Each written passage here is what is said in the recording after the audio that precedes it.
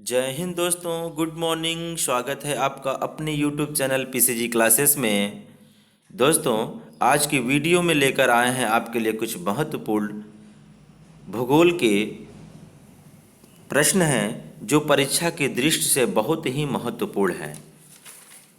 तो कुछ कहना चाहता हूँ। किस्मत मौका देती है मगर मेहनत चौंका देती है। तो दोस्तों, किस्मत मौका देती है मगर मेहनत चौंका देती है। तो आप लोग मेहनत को ज़्यादा मजबूती से दीजिए, मेहनत ज़्यादा से ज़्यादा कीजिए। अपने संघर्ष की क्षमताओं को बढ़ाओ, अपने संघर्ष करने की क्षमताओं को बढ़ाओ। सफलता मिलना तय है। जिद चाहिए जीतने के लिए, जिद चाहिए जीतने के लिए। हारने के लिए तो एक डर ही काफ़ी है, हारने के लिए तो एक डर ही काफ़ी है। तो दोस्तों, जीतना है। क्या जीतना है? हमको परीक्षाओं को जीतना है, परीक्षाओं को सफलता अर्जित करना है परीक्षाओं में।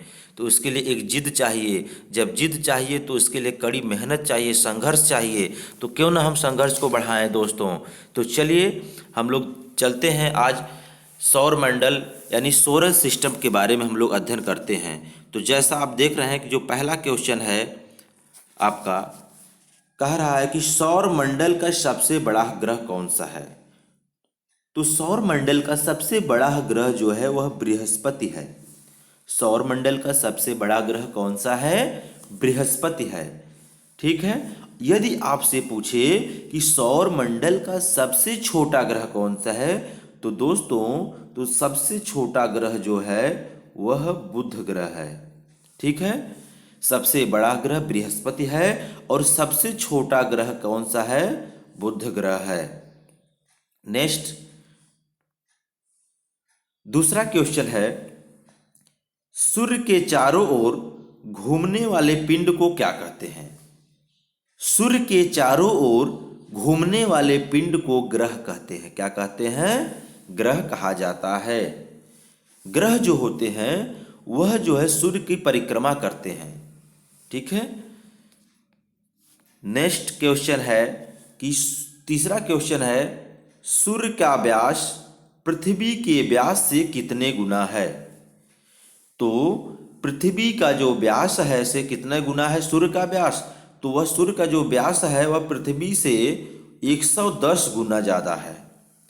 जो सूर्य का व्यास है वह पृथ्वी के व्यास से 110 गुना ज़्यादा है। नेक्स्ट क्वेश्चन, चौथा क्वेश्चन है, ग्रहों की गति के नियम का पता किसने लगाया था? ग्रहों की गति के नियम का पता किसने लगाया था? तो केपलर ने लगाया था, यानी केपलर ने। इन्होंने 3 नियम दिया था। ग्रहों की गति संबंधी जो है नियम केपलर ने दिया था। ठीक है। और गति विषयक नियम न्यूटन ने दिया था। यहाँ पे ध्यान दीजिएगा आप लोग। नेक्स्ट क्वेश्चन, अंतरिक्ष में कुल कितने तारामंडल हैं? तो अंतरिक्ष में कुल 89 यानी 89 तारामंडल हैं। हमारे अंतरिक्ष में कुल 89 यानी 89 तारामंडल हैं। ठीक है। 89 यानी 89 तारामंडल हैं। नेक्स्ट क्वेश्चन है,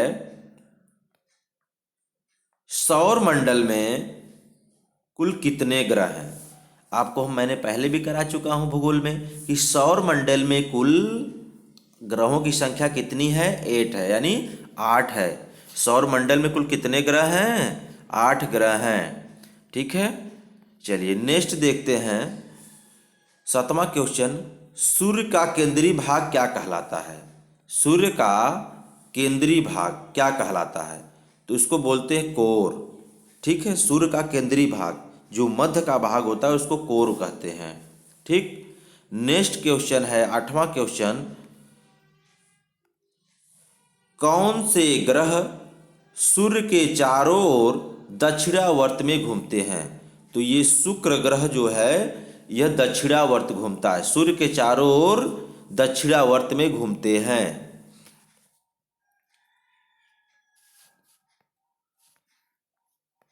नेक्स्ट क्वेश्चन, निक्स ओलंपिया कोलंबस पर्वत किस ग्रह पर है? तो यह मंगल ग्रह पर है। कहाँ पे है? मंगल ग्रह पर है। निक्स ओलंपिया कोलंबस पर्वत किस ग्रह पर स्थित है? तो यह मंगल ग्रह पर स्थित है। नेक्स्ट, ब्रह्मांड में विस्फोटी तारा क्या कहलाता है?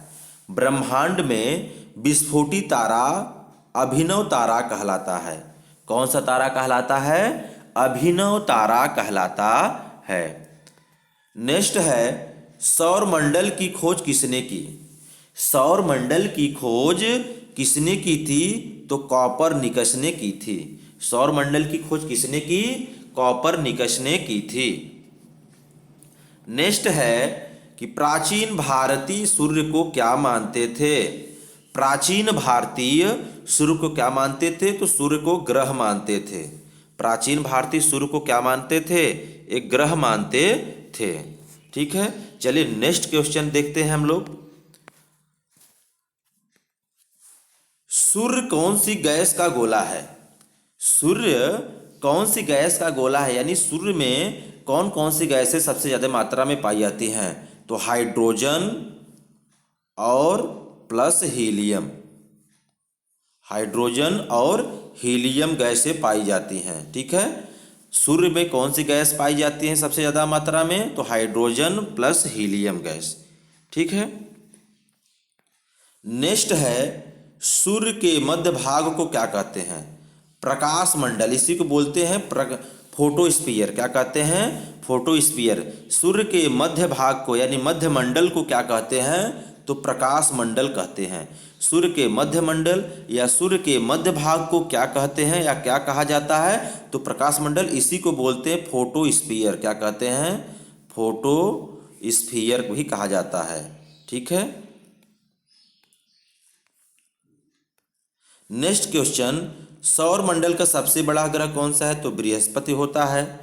नेक्स्ट क्वेश्चन 16वां नंबर, किस देश में अर्धरात्रि को सूर्य दिखाई देता है?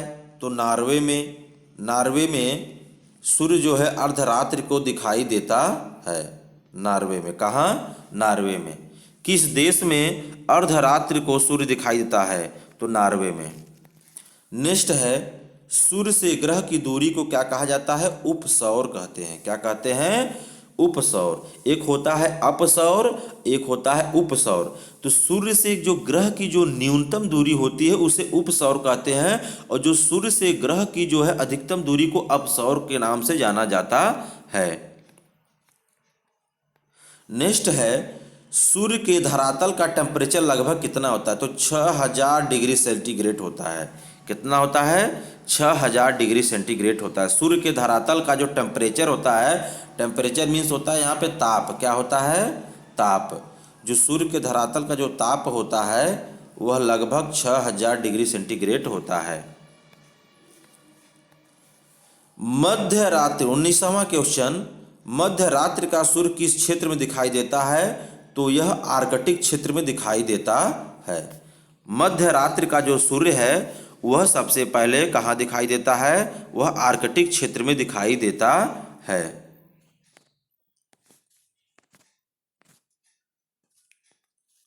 नेक्स्ट क्वेश्चन, सूर्य के रासायनिक संगठन में हाइड्रोजन का कितना परसेंट होता है?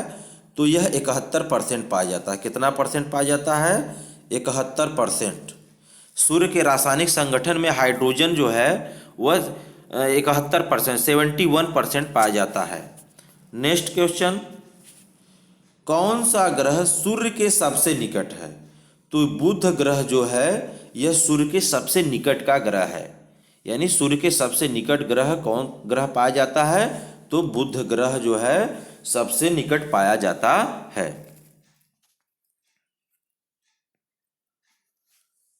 बुध ग्रह सूर्य का एक चक्कर लगाने में कितना समय लेता है?